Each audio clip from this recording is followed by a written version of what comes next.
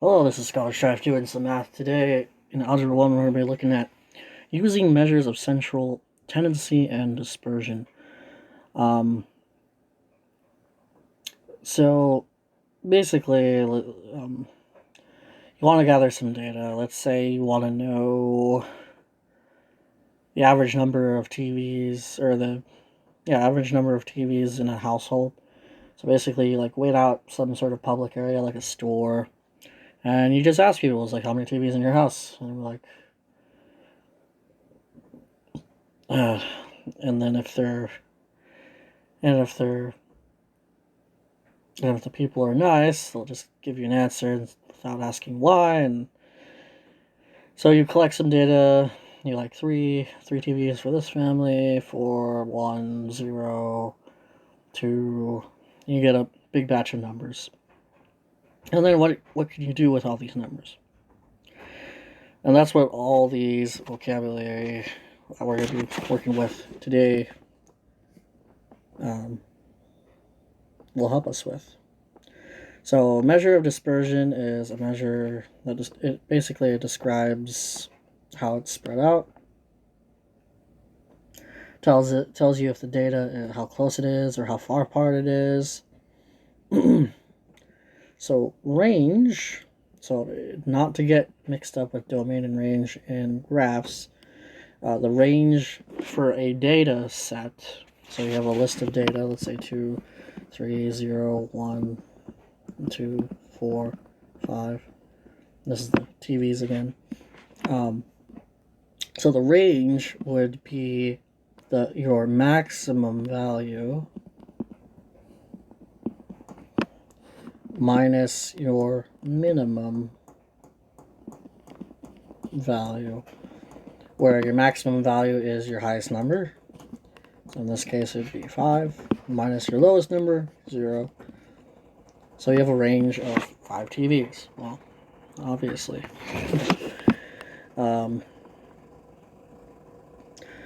Mean is known as the average, and how we calculate it is the sum of the values, which means you add them all up, divided by the number of values. So if I wanted to do use my top data set there, 2, 3, 0, 1, 2, 4, 5. So I would add them all together. So 2 plus 3 plus 0 plus 1 plus 2 plus 4 plus 5. So I'm just adding them all together. 2 plus 3 is 5, plus 0 is 5, plus 1 is 6, plus 2 is 8, plus 4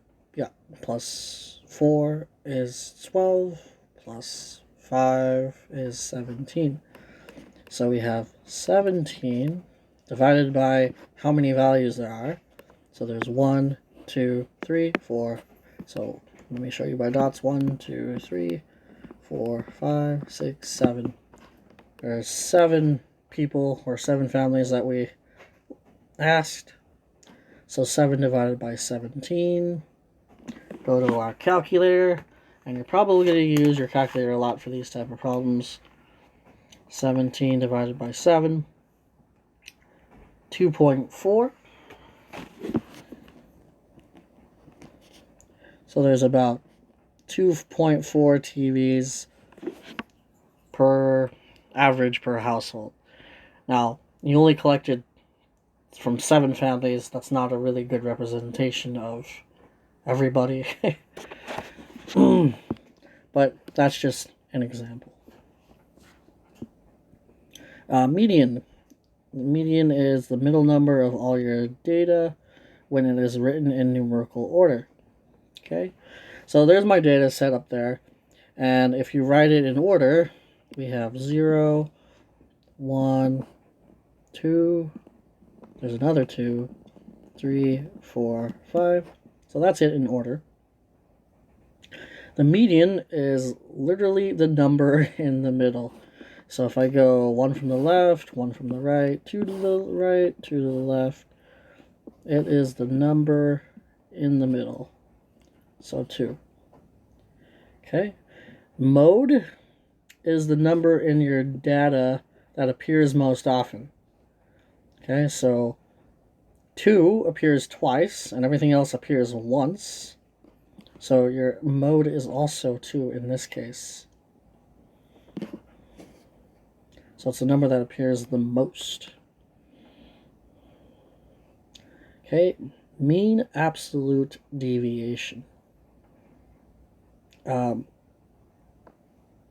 Basically, it gives you, like, this will work if you have a lot more data, but it tells you how far, like, how far the average variation is, basically how far away from your average mean, like, that most other people have. Like, say, not everybody has 2.4 TVs, but people would probably fall around, 1 to 3 TVs or 1 to 4 TVs. That would be your average variation. How you calculate that is you take every data point and subtract it from the mean. So in my case, I would take my values. So I would do 0 minus my mean, which was 2.4. Okay, which would be negative 2.4. But remember, this symbol means absolute value. It just means to make it positive. So you would do that with all your data points. And then you would add them up. So that was the first data point. The second data point would be 1 minus 2.4, which is negative 1.4, which is positive 1.4 for absolute value.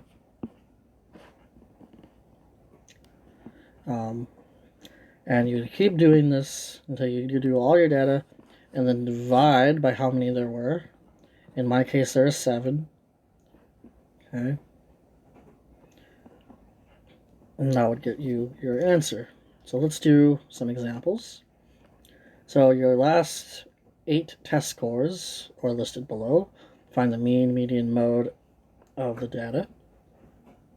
Okay, so let's go ahead and find median and mode first, because those are usually the easiest to find. So to find the median, you have to make sure it's in order. So 81, 87, 91, 91, 93, 95, 98, 100. Yep, it's in order. Okay, and it's just the number in the middle. So median is the number in the middle. So I like to use check marks. So check mark from the 1 left, 1 from the right, and then just keep moving left, right, left, right, left, right. Okay, so when we have an even number of data, okay, so we ran into this situation. There is no middle number, because 91 and 93, they're both equally from the center. So what you want to do is do 91. You need to find the average of the two. So you're going to add the two together. Okay. 91 and 93. And then divide by 2. Okay. And this is finding the average of the middle. So this becomes 184 divided by 2, which is 92. So this is your median. Okay. Your mode is which number appears the most, and that would be 91. Okay, now let's go find the mean. Okay, we have to add them all up. 81 plus 87 plus 91 plus 91 plus 93 plus 95 plus 98 plus 100. Okay. And we're going to divide that all by, how many are there? 1, 2, 3, 4, 5, 6, 7, 8. Okay, use a calculator. And hopefully this is 736. And then we're going to divide that by 8. So we get 92. So your mean or average is 92. Your median is also 92. And your mode, that which appears the most, is 91. Okay, let's do that again.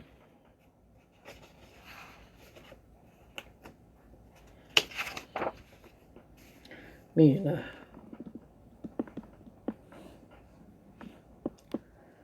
13 plus 15 plus 15 plus 19 plus 23 plus 26 plus 27 plus 30, all divided by 1, 2, 3, 4, 5, 6, 7, 8.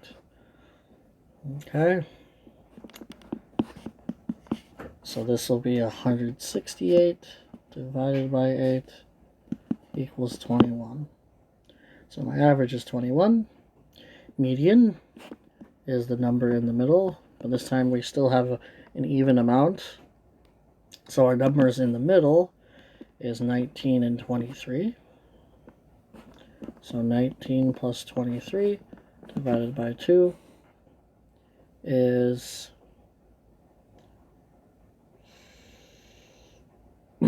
42 divided by 2 equals 21. And then our mode, which number appears the most, and that's 15. Now what if all the numbers appeared only once, and there's no, you can't really tell which one appears the most. There's no 2 of some number or 3 of some number. If everything appears once, then there's no mode. You just write no mode for that. So example 2. The 9-hole scores of golfers on 2 different high school teams are given. Compare the spread of the data using range and mean absolute deviation. Okay? Range 1. So we're going to call this range 1 for team 1. Okay, you take your highest value, and they're not in order, sadly. So let's go ahead and put them in order, because that'll help us out. 40, 46, 47, 49, 51, 55. 1, 2, 3, 4, 5, 6. 1, 2, 3, 4, 5, 6. Yep.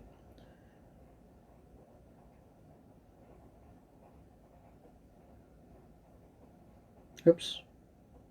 Yeah, no, I got it. Yeah. Okay. And then for team 2, 41, 42, 42, 47, 50, 54.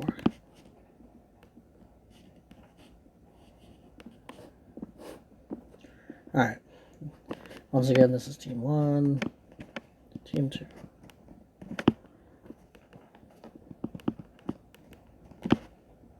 Okay, range. Once again, so I'm just looking at team 1, just team 1. The range is your highest number, which is 55, minus your lowest, which is 40. That's just 15. Okay.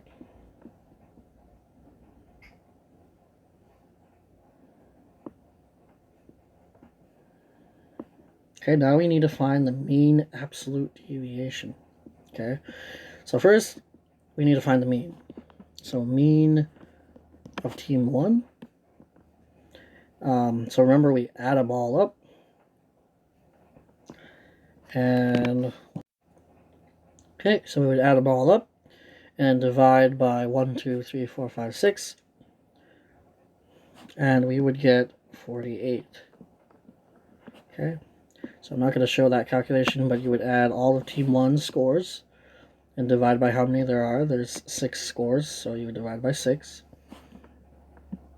And we would get 48. Now, the mean absolute deviation is calculated.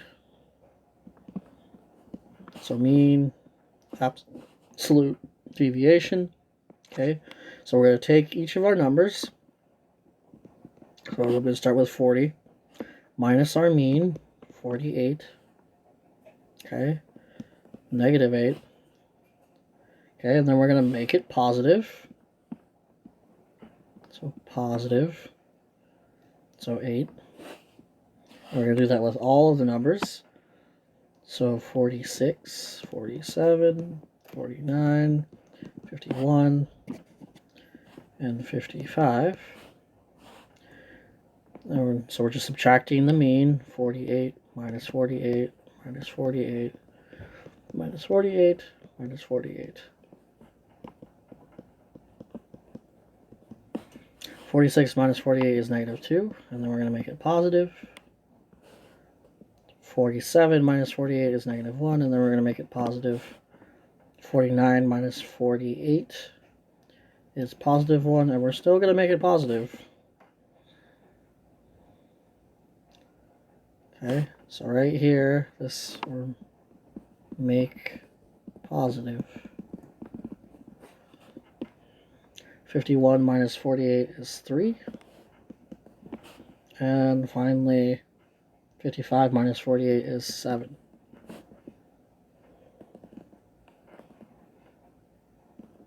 Okay, and now we're going to add together.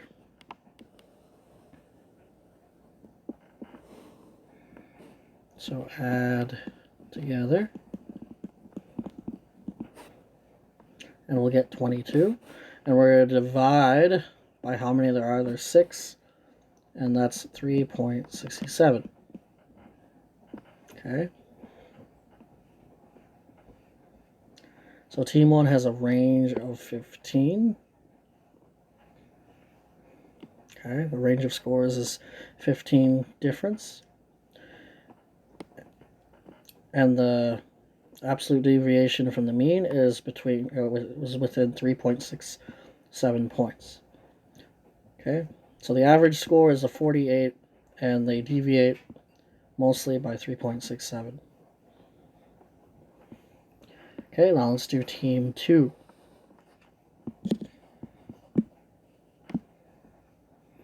So range 2 is 54 minus 41, which is 13.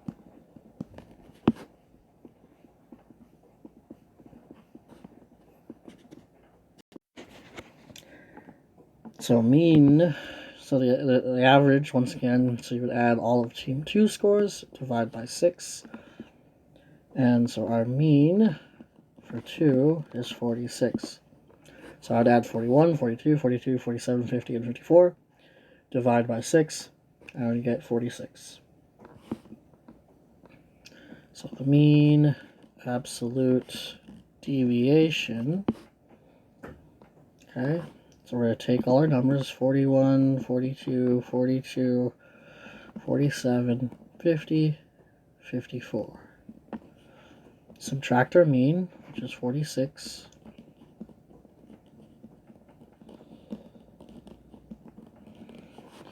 Okay, so I would get negative 5, make it positive. Negative 4, make it positive. Negative 4, make it positive.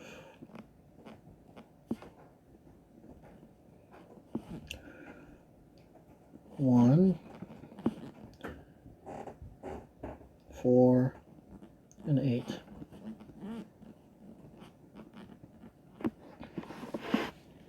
Okay. Add these all together. Get 26 divided by 6, which is 4.3. Okay.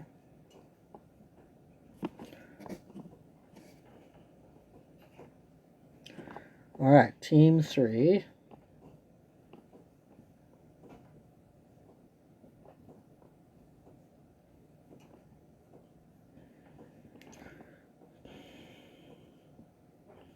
So team 3 has these numbers now, so let's do them in red. So the range of team 3 is 52 minus 42. So highest number minus smallest.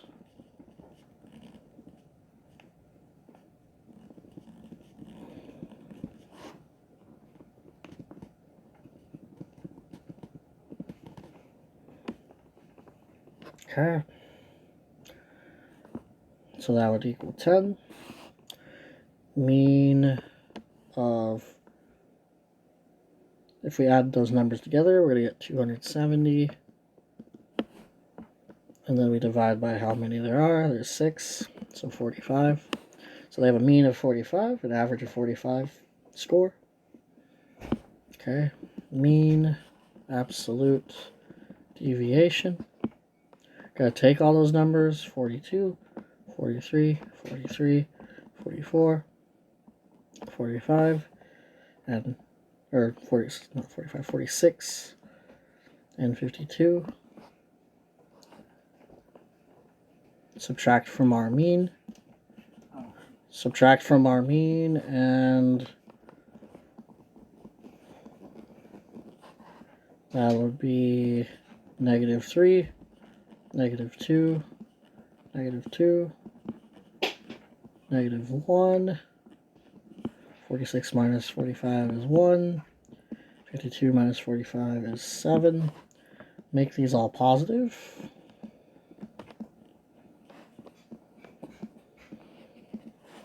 So 3, 2, 1, 1, 7. Add them all up. Get 16. Divide them by how many are. There's 6. So this is 2.67. Okay. So, and now they want us to compare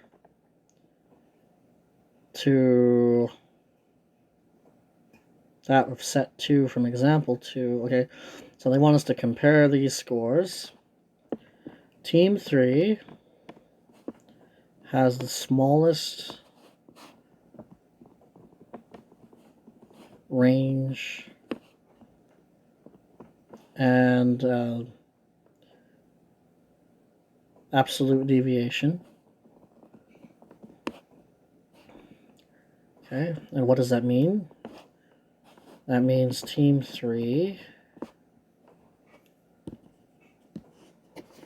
Oh. So what it means is, let me just write it here. Team 3 have the most consistent skill level. Okay. So if you look at Team 1, like their highest scoring player is much better than their lowest scoring player. Team 2, they're same thing, but Team 3, they're a little bit closer. There is a 10-point difference, but as you can see, 15-point difference is much bigger than a 10-point difference. So Team 3's skill level overall is more consistent.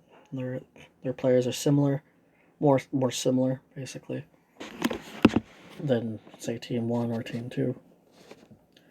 And that is all we have for today. Have a good one.